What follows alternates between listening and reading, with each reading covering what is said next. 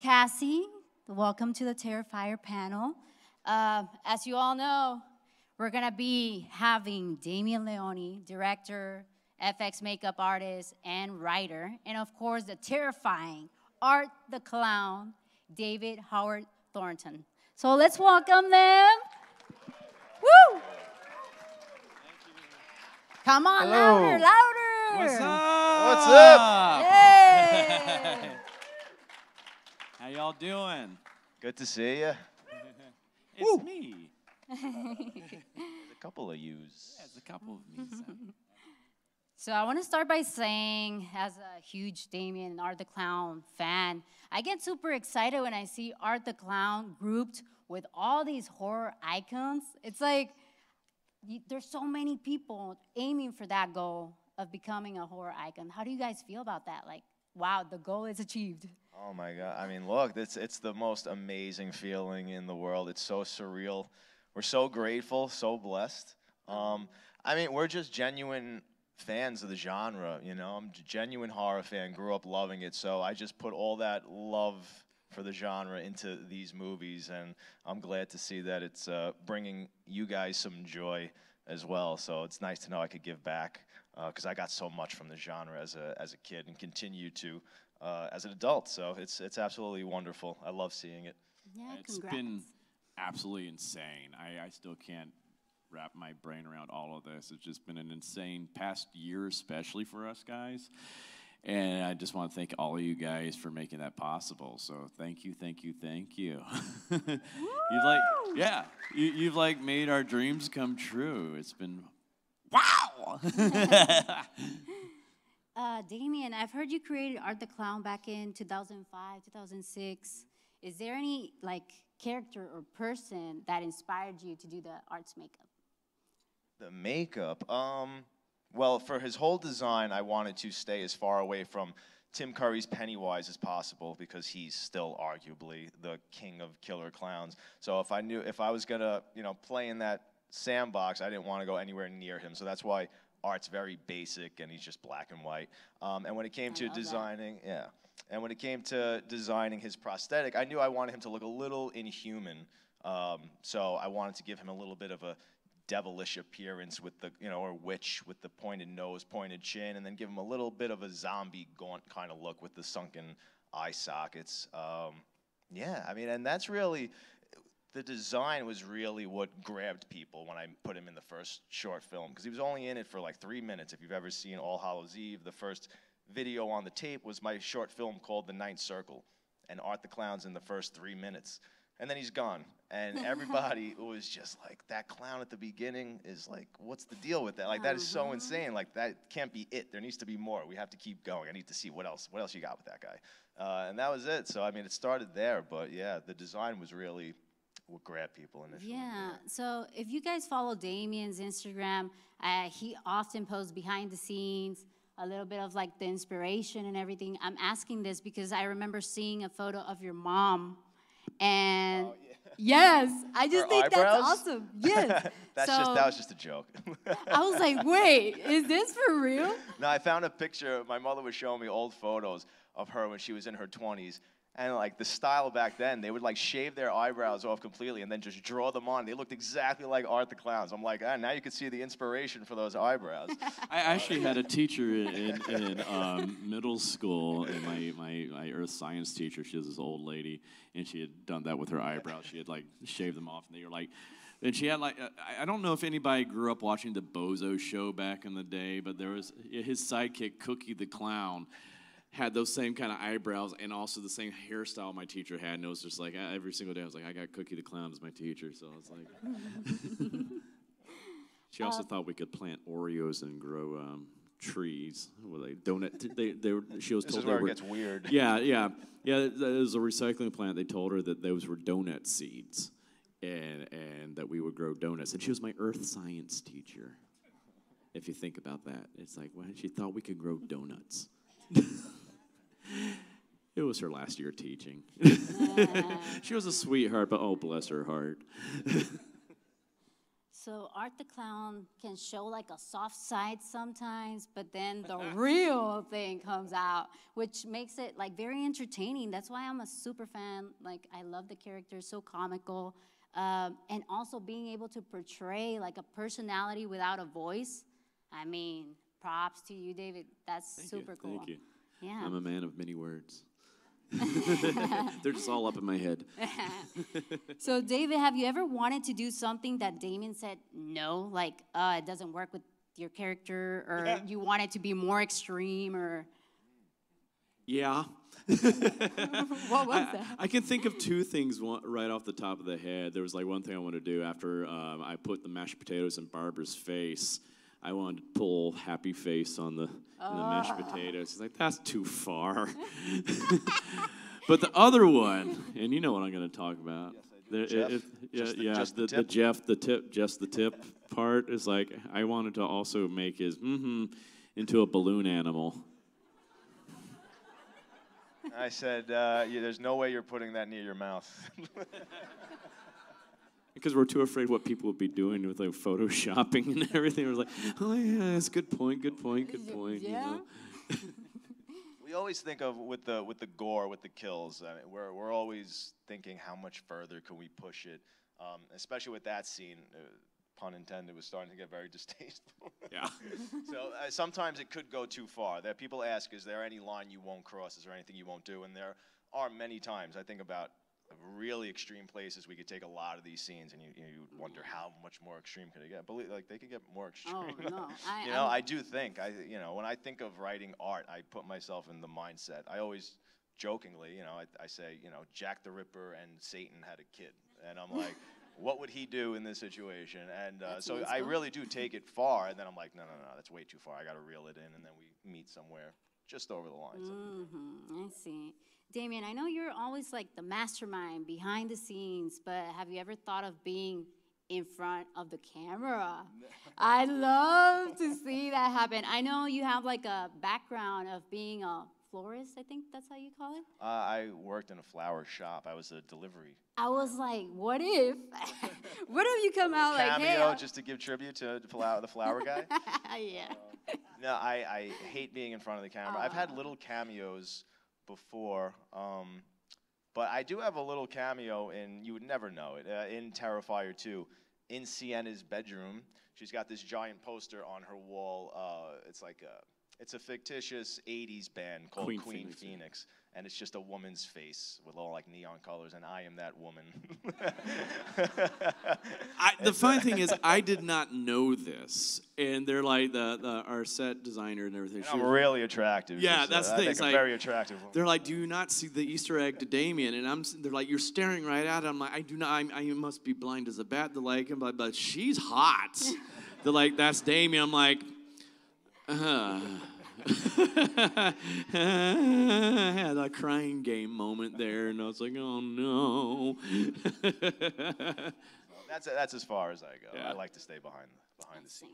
But he does make a hot woman. That could have been fun. So, David, kill scenes seem super tricky. Did you ever actually get hurt during the process of one?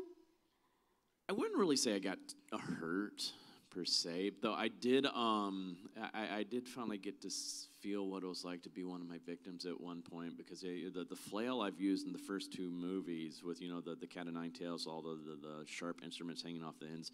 When I'm actually hitting people with this rubber, but that still hurts. Oh. And I'm like sometimes and I sometimes would accidentally hit them, and I'm like, I am so sorry, and they're like, it's okay. Like, give us something to work with. I'm like, are you sure? Especially Samantha in the first film. I'm like, are you sure? She's like, no, it gives me something to work with. I'm like, whoa, okay. Yeah, Sam's a beast. She is a beast. We love her. But when Sienna reverses the whole experience on me there. She's whipping it at me in one take. She whipped it and hit me right across my lips, and I'm like, whoa! I'm like, it stung.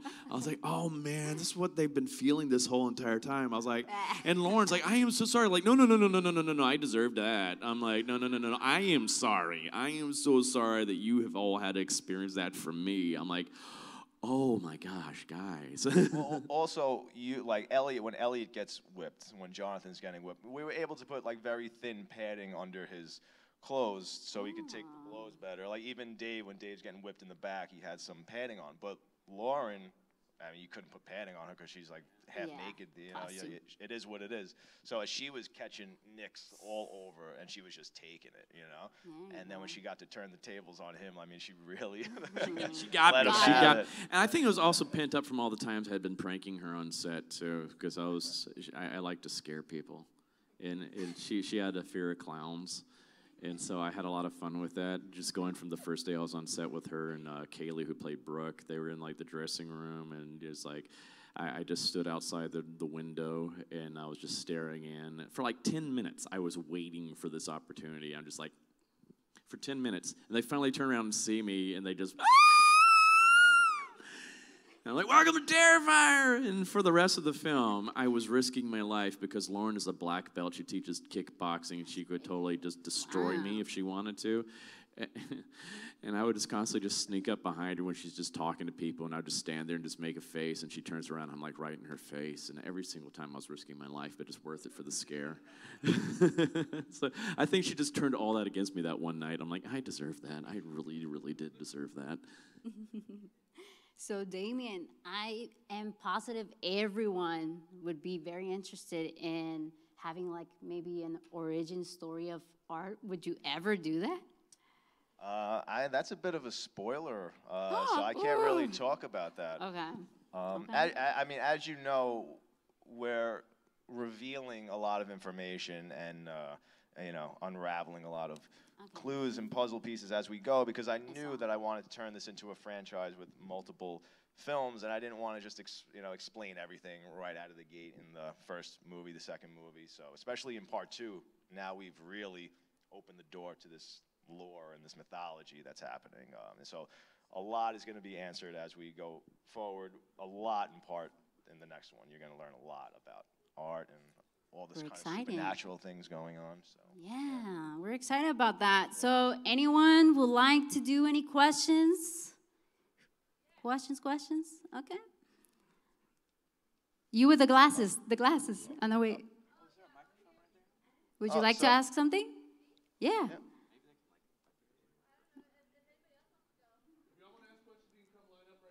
There you go. Oh, I see. Come on, get out of my head. They didn't tell me that.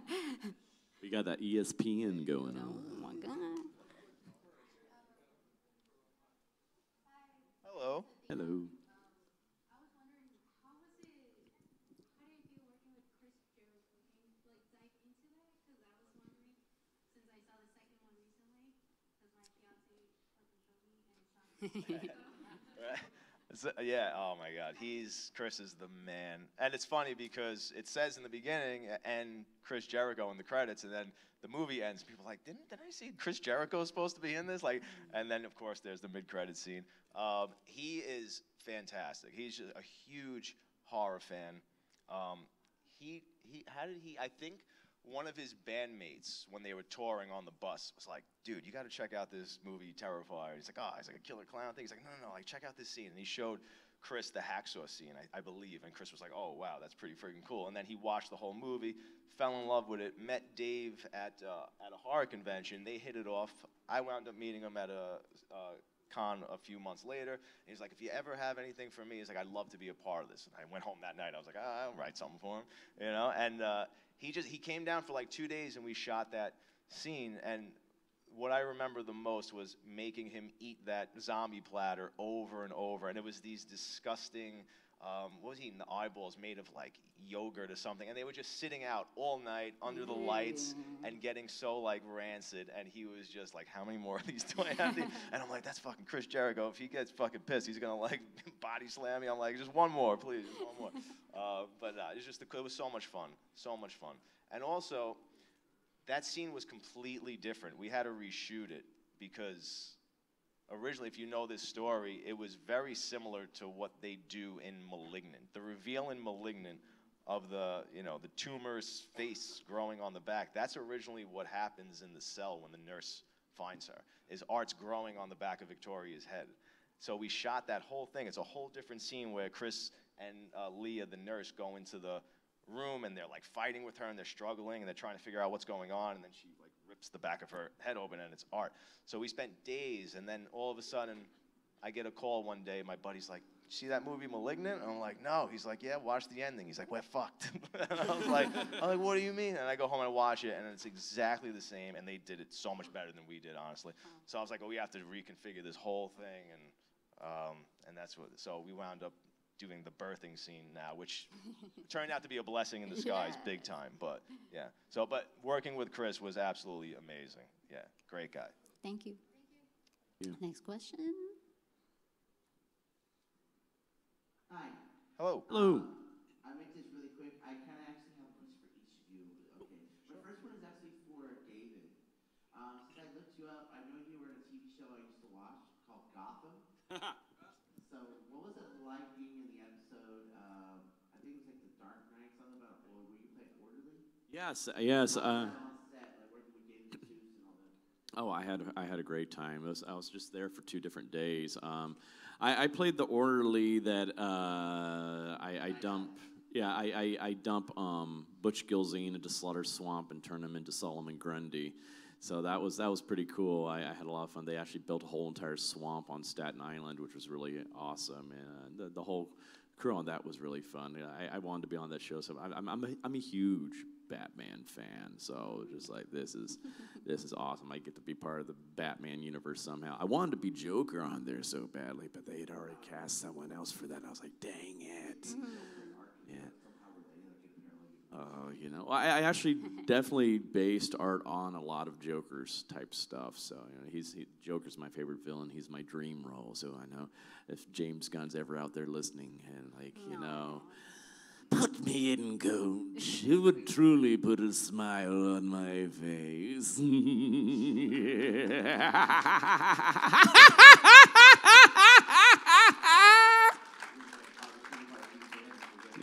Yeah, move over, Jared Leto.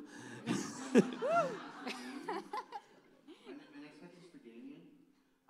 What was the most hardest scene to do that took you a couple retakes, or something that maybe he might have done something embarrassing, on set? That'd be like, okay. So all he does is embarrassing stuff on set. No. In everyday life. The hardest scene to shoot. A couple takes, or maybe something that he messed up on, that took a couple tries. You got it right. Oh, usually anything physical. Anytime he's got to beat somebody up, it's always harder. No, that looks fake. You got to put more muscle into it. I always have to push him there. Everything else, he's spot on. So afraid of hurting people. It's because he's sweet, He's actually very sweet. I can think of the one time it was I was such an idiot that night when I had to throw Lorne at one point, and we keep doing it take after take after take after take. And he's like, "Dude, you're throwing her wrong. You're throwing her." I'm like, "I'm throwing her. What am I doing wrong?" And the thing was, I was throwing it, and I would just keep my hands out straight every single time. And he's just getting, I'm getting so frustrated with myself because I'm like, I don't know what he wants. And I'm like, and he's like, no, dude, you keep your, I'm like, oh. And I felt so because Lauren, every single time, God bless her, she had to keep flying over this crypt and doing this throw over. And I'm like, I'm so sorry. I'm so sorry. I'm an idiot. I mean, I think we did like more than 10 takes of me. It's just like, oh, man, I feel like an idiot. It's like, oh, I just had to keep doing my arms. I'm like, what am I doing here? Oh, Lord. It was really, really late at night. Yeah, stuff like that. I mean, just sometimes it's very technical with the camera. I mean, sometimes just focus is tough to get. I mean, the shots just keep going out of focus. You got to keep doing it for reasons like that. Well, thank you. And I'm gonna try watching all 3 movies. And someday I would like to see a crossover film, maybe with art too. That would maybe a Freddy Krueger, Jason, or Freddy would be nice. Yeah, cool. yeah, maybe one day. Thank you. I have to say, I'm glad we're able to do the laundromat butt shot in one take, though. I think everybody was grateful for that. One take, no matter what. What's up, man?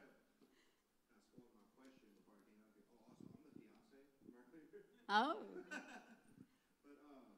I wanted to ask if, God willing, what kind of crossover would you like to see? Like, what would be your perfect vision to see? Like, who do you think art would bounce the most well off?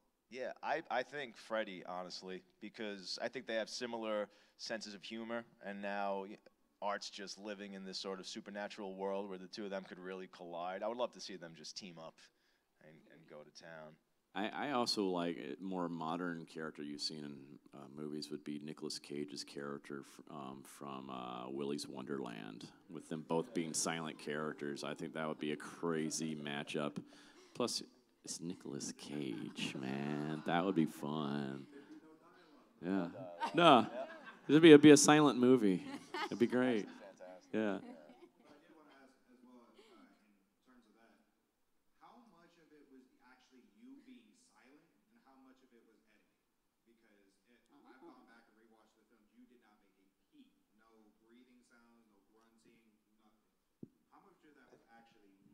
It's mainly Dave being silent, yeah. Sometimes I tell him to laugh real loud because it's gonna make a different expression, and I'm like, I'm obviously gonna take it out later, but you can like laugh harder, you know what I mean? So that happens too, or there's many times where I'll use a take that's basically an outtake. When Sienna spits the blood in his face, and then he pushes her through the floor, and then, she collapses at the bottom, and then he kind of just, like, makes this kind of, like, this gesture like that, like, look at that shit kind of thing. Like, I had yelled cut, and he's laughing. He's like, I didn't know she was going to spit in my face. And he's, like, literally talking, like, in that scene, and I just cut out so it's a natural reaction that he's doing that I love, and I just took the voice out. There's a story behind that, too, because that was done in one take with her spit in my face. And the funny thing was, Lauren tells me before this, she's like, I've never actually had a spit before. And... yeah, like really just like, and she had like all that blood in her mouth and everything. And they told me, that, okay, on the count of 3, she's going to spit in your face. So I'm like, okay, cool. 1, 2, I'm like, oh, God. So they totally did a Hans Gruber on me, if anybody's familiar with what they did to Alan Rickman during Die Hard. Yeah, it's like, because they dropped him on 2 instead of 3, so you get that real reaction from him, and that's exactly what they did. And she got me good. I was like, gosh, she just like, I felt like, Venkman getting slimed. It was just like, it was like dripping off my nose. And that's why I started laughing. I was like, oh my God, that's your first time ever doing a spit take. Well done. Thanks, buddy. Hello.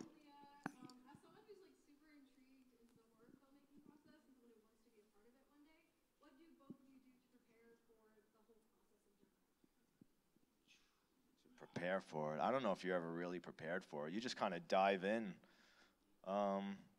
Yeah, that's an interesting question. I mean, it's all preparation. Everything is really preparing. The hardest thing for me is writing. Horrible process. It's very, very discouraging, very disheartening. I mean, you feel like everything is just terrible. It's just you and the page. And especially for a filmmaker, I love the filmmaking process. I love the visuals. I love getting in there with the actors and seeing the characters. But just facing the blank page is so scary. So to prepare for that, my God. I mean, my schedule, I just basically finished the script for part 3. I mean, he just read it 2 nights ago for the first time. Yeah. I mean, and that process is just gearing myself up every night to be able to write. I don't start writing till 9 o'clock at night. I want to start as soon as I wake up, but I just can't get my mind there until about 9 o'clock at night, and then I write till about 7 o'clock in the morning, and I sleep till 1 in the afternoon. So I'm like living like it's horrible. It's like a vampire. And that's how it gets done. So I don't know if that really answers your question, but I mean, you just really got to just dive in, and it's all painful, the whole process, the whole way. You find little moments of happiness, but a lot of it is just stressful work. Yeah, with me, it's a little bit different. For other like plays or films and stuff like that, I usually have dialogue. So I usually have to spend all the time sitting there, really going over my lines, memorizing all that, and that's usually where I do all the character work as well. I'm gonna figure out all the motivations, all that good stuff. With art, I don't have any of that, so I just kind of like, okay, I still do my homework, so I have to think of all the motivations going on with art. Like, what is he thinking in these moments? Because that's what I do when I'm on set. Instead, since I don't have lines, I make up my own dialogue in my head because I have to have something for myself just so I can go off of beat-wise. And it gives me an opportunity to actually react the way I would react. And my facial expressions, my body just react the way they should off of the dialogue I have going on in my mind and stuff like that. So I always, I don't do the whole method acting thing that some other actors do. I think my co-stars are very grateful for that, even though I still like to scare the crap out of Lauren. But I just do my homework before I come, and I know where we're supposed to go for that day. I know what my mindset needs to be in. So before the scenes start, I'm just myself. I'm making silly voices, joking around and stuff like that. And then I just take a few seconds, like, okay, gotta go, and angry eyes. Then I'm art. Then as soon as they say cut, I'm usually like, oh my God, are you okay? I'm sorry if I hurt you. So it's like, you just do your homework, I guess. Do your homework, kids.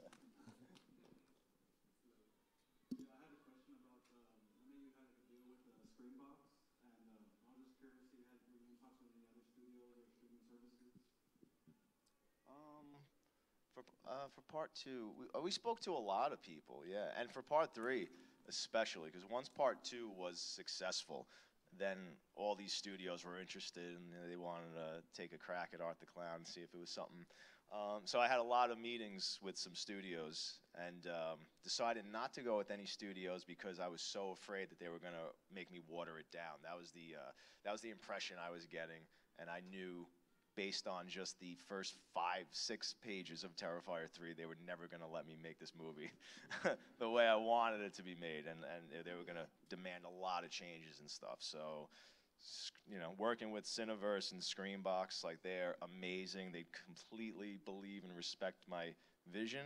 They let me go unrated, which is kind of essential to this franchise. So it's wonderful. So I just want to, I'm very happy to be with them and to be making part 3 with them. So you guys are going to love the mayhem of part 3, I promise you. I want to say I like your Joker. Thank you. Thanks, buddy. Hey, there he is. Hey. Good to see you again. Hello, Damien and David. What's up, man? What's up? Good to see you guys again. As you can see, I love Art the Clown. Yes, thank you, man. Thank you. I dressed up all 3 days. It's been so fun playing him. So again, thank you guys for being here. And my question is, in Terrifier 2, what was your favorite season of the movie? Or, the favorite scene of the movie? And was there any deleted scenes that didn't make it in the movie? Well, deleted scene, it was that Chris Jericho scene in the asylum that we had to redo. Favorite scene, I'd say it's a toss-up between the Clown Cafe and the laundromat. I really love. I love the alley bedroom kill too. I'm very proud of that. So it would be between those 3 probably. So you enjoyed David being all intense in the laundromat? I love it. I love it. That was one of my, because I love. To me, that's the most original.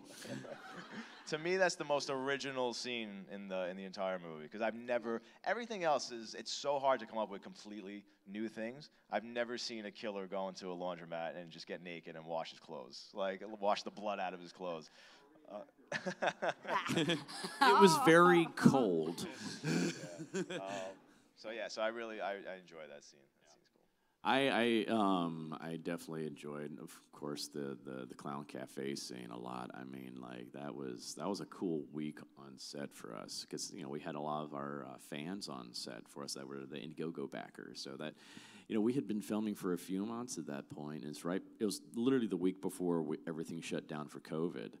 And so it was like the fans brought a whole new life to all of us that had been working for months on this on set, and we had a blast every night. We'd go out and partying and stuff like that, going the next day. And you know, it's also like nothing prepares you for like actually lighting a human being on fire with a blowtorch.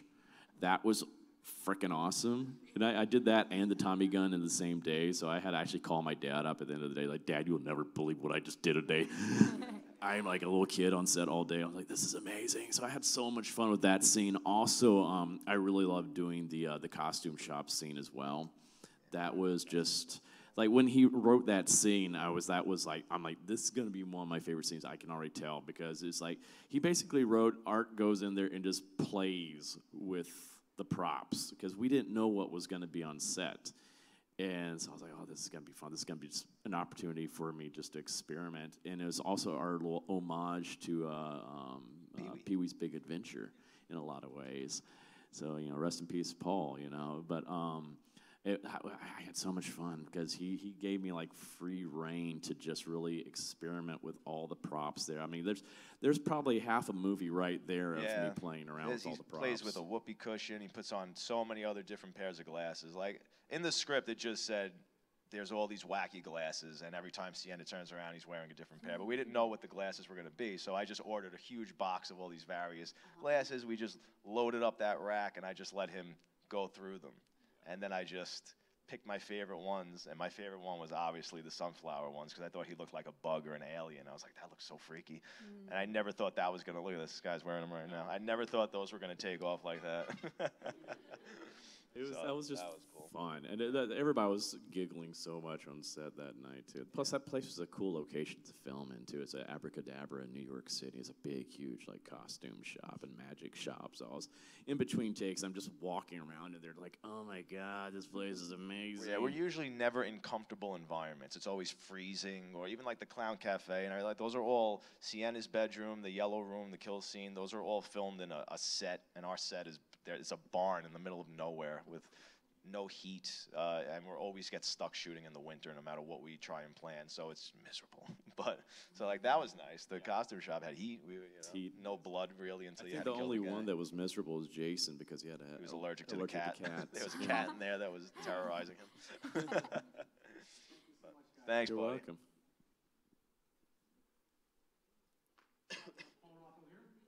Hey, man. Hey, how you doing?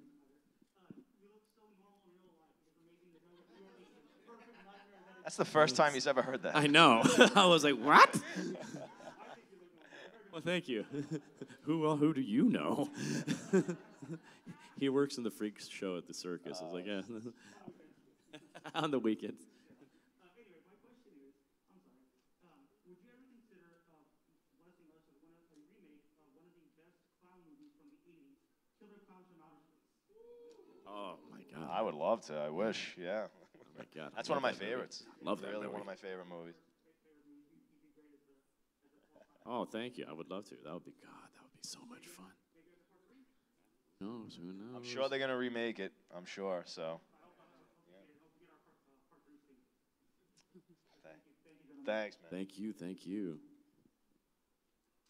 What's up, buddy? What's up? So my question is, in Terrifier 1, what was your thought process behind when Art pulled out the gun and shot Tara? Because to me that felt like a complete break of the horror rules, something that's usually reserved for the hero. Right. So what was your thought process? Yeah, I didn't know about this slasher code until after I apparently broke it. Again, trying to do new things, take familiar tropes and see if I could put a spin on them. So, like a few things. I think I wanted to challenge myself. And the gun goes back to All Hallows Eve. I did that which was the short film Terrifier. It was the first time he pulls out a gun. And even back then, I wanted to see if I could put a gun in the hands of someone like Freddy or Jason and actually have them use it and see, like, could that be scary? Could a slasher actually do it? And would it work? And I'm not sure if it did, but it's pretty polarizing. But I knew in that moment, using it in part one, Terrifier, that way would be really effective. Like, I knew that there would be a big mix of reactions. I knew some people would love it. Some people would be absolutely shocked. I mean, I'll never forget the first time we saw that with an audience. When that scene happened, I never heard simultaneously cheers, boos, laughs, and like just like everything you could imagine happened at once with that scene. But it's so Art the Clown. It's everything. That, to me, that symbolizes everything. He's a cheater, like he's unpredictable, and especially in part one, that's when the movie kind of shifts tones and flips, and that's when it becomes about art. And you realize it's not like that. It becomes Art's movie. You know, part one's about Art. It's him as the villain. He's the lead character now. And part two is really about Sienna. That's when we bring in the nemesis and the adversary. But I love the gun. And to me, and then he has to still use it like a slasher. So he's making her suffer with it. He doesn't just kill her quick. I mean, he's just shooting her. And then once he does kill her, then he mutilates her even more. He just destroys her face. So I was just still in keeping with the character. Oh, thank you so much. Hi, my name is Ann. Hello. So I do love horror games and films, but I'm also really weak in the stomach when it comes to seeing a lot of gore.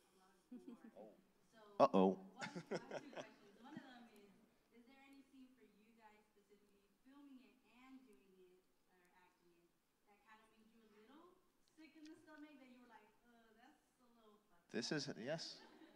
Well, yeah, I know you. I mean, when you remember the one with you when you were digging through Kaylee? Yeah, like I had two. I'd say I have two. First of all was there with the Brooke kill, having just to dig inside the innards inside of her because all the stuff he had. I did not know what all he had inside of this chest cavity. And it was a mixture of textures and we use real stuff. We always use. I was like, there's bones, there's gizzards, there's all kinds of squishy things, and just nasty. And it was right before we had to eat dinner too. And I'm like, great. And that's one of those times I'm glad they weren't running sound because I'm sitting there going, oh God, what is? No, we were running because I have that. Oh no. Audio. I do. I'm just like, oh God, what am I doing? I was basically, I sound like Jerry Lewis. Oh no, the slime and the intestines and the foam. And they're like, okay, we're breaking for dinner. And I'm like, guys, and they just leave me in there, and I got all this crap all over my hands. I'm like, help me, help me, help me. I'm gonna get E. coli and everything. And the other one was during Allie's kill because there are like a few things that actually gross me out in movies, and it's all stuff that I've experienced myself. Like anything with an eyeball, anything with a broken bone, that makes me go, And he did both of that in that kill scene, and I'm just like the arm when the thing he built for me to break the arm, I was like, oh my God, just. And I was just like, oh boy, you're really testing me tonight, buddy.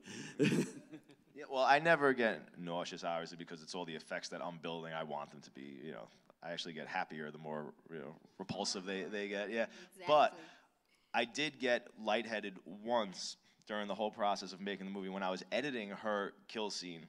It was before any music was put in or anything, and I was just listening to her scream for hours with just no music. So it was just a woman screaming like bloody murder and I remember I forgot like I was cutting a movie, and it really like hit me, and I was like, oh Jesus, and I'm like, yeah, and then I called him, and I was like, dude, I'm cutting that scene, and I just got lightheaded. I think this thing's gonna work, So that was the only time. So, and that's a testament to Casey, honestly. I mean, like what she brought to that role in that moment, because you can't really, I mean, I guess you can, but we didn't. I mean, you can't really push somebody to see how far they're gonna go in an audition or something in that scenario until they're actually in the moment. So we saw a little bit of what she could give us, but we were all kind of, inside we were like really hoping and, cheering her on, being like, is she really gonna bring it? And my God, when she started screaming in that room, I mean, we were like, oh shit. She's doing that for 5 days in a row. Days straight. Yeah, I mean, she really had to suffer. And like I said, we shot that in a set, in a barn in the middle of the winter, and she's just wearing a bra and panties. I mean, she's covered in blood and prosthetics. I mean, it was brutal. She'd have to go in the corner in front of a space heater while we were like setting up a shot, and then she'd come back in, and she was getting stuck to the rug when she was crawling because the blood's so sticky, and I'd have to follow her with a spray bottle of water just to like loosen her joints and like, so she wouldn't stick to herself. It was awful, and she didn't complain one time. It was just amazing. Yeah. My second question is, do you ever plan on maybe going into the game industry or like movie Yes. Oh, Yes. yeah. That may very well happen, Dead by Daylight. We're on their radar. There's been some preliminary talks. Yeah. We would be on. We want Mortal Kombat. We would love. Yeah. Oh my God. Toasting! And we'd love just his own game, just like Texas Chainsaw Massacre style or Friday the 13th would be amazing. So I'm sure eventually. These Someone things will modded art recently into new Texas Chainsaw Massacre and it game, looks and it's insane. amazing. Yeah, you've seen it? It looks absolutely Dude, stunning. Whoever did that, dude. I mean, they had like my posture, my mannerisms, everything down. I was like, my God. Yeah, it's pretty wild. So for sure. You will definitely get video games with art. I can almost promise you. Yeah. I'm a huge gamer, so I'm just like. Thank you. So we're running out of time. One last question. Sorry, guys. It'd be you. What's up, Art? You want me to? Okay. I thought he was saying he was horny.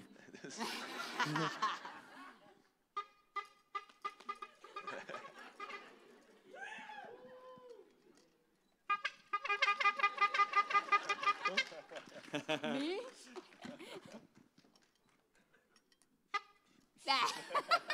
Just one horn. All right.